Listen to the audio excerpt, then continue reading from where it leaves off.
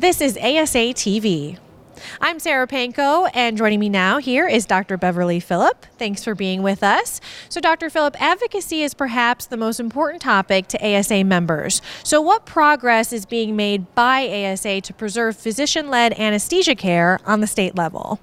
Well, physician-led anesthesia care is of vital importance to ASA as an organization, as it is to all of its members.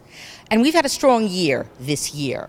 In 10 states, ASA has been, and its member anesthesiologists have been able to defeat the independent practice legislation that would have removed or reduced physician involvement in the care of the patient. We have put in bulwarks against the safety, for the safe care of patients.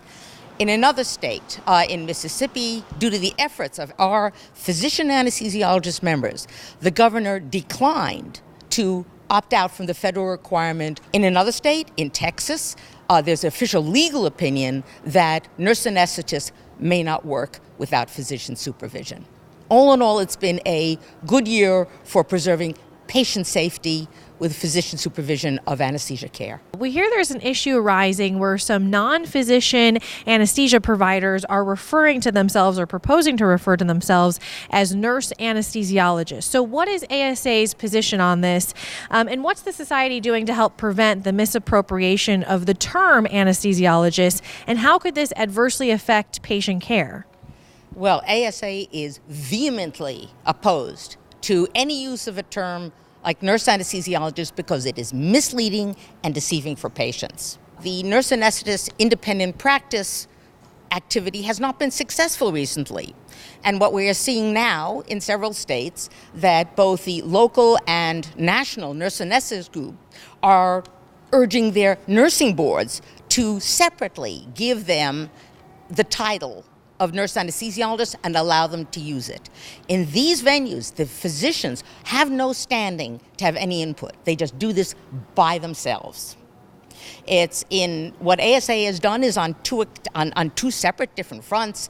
One is in New Hampshire. For example, we've been working with the Anesthesiology Society and with the Medical Society to restrain and overturn what the nursing board has been doing.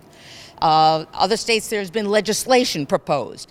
In fact, the best thing that we can do is support, in each of your states, support the development of what is called truth in advertising or truth and transparency legislation, where in law you have to clearly describe what your degree is from, and so it is clear whether you are a nursing practitioner, a physician practitioner.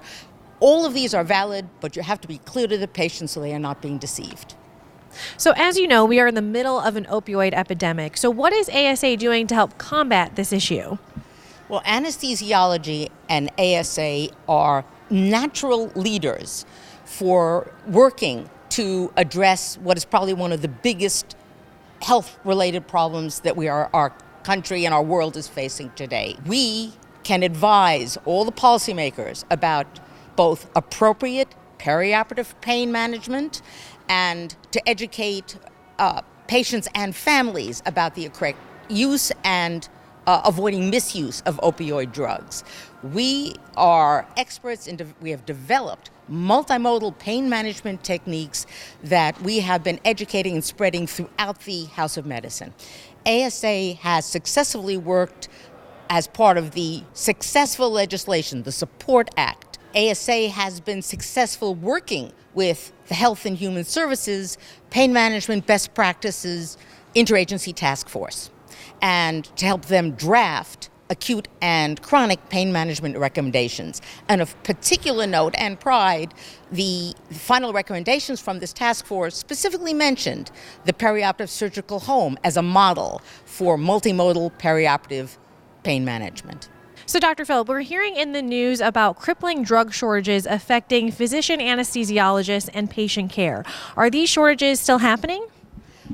These drug shortages remain one of the real safety challenges in anesthesiology practice, and it is ongoing still today.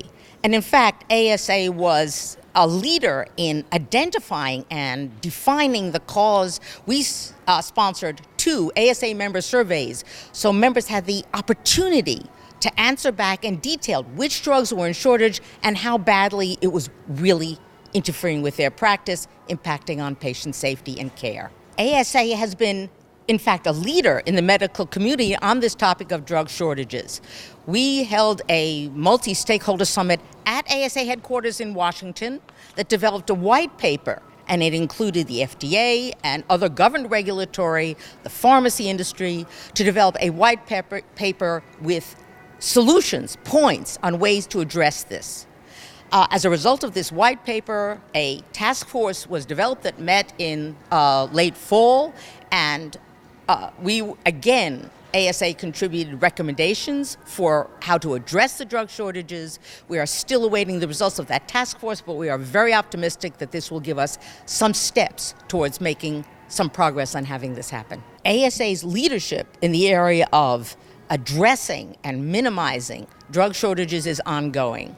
There is now upcoming in Congress a law mitigating emergency drug shortages, the MEDS Act, and the provisions of these laws that we hope will be enacted will incentivize manufacturers to produce drugs that are in shortage, will incentivize them to create redundancy in the manufacturing cycle, and will hopefully incentivize the manufacturers to produce more of the original part of the drug, the active pharmaceutical ingredient, to be developed in this country instead of internationally, so we will have more control over the drug supply chain. We appreciate it, and thank you for watching.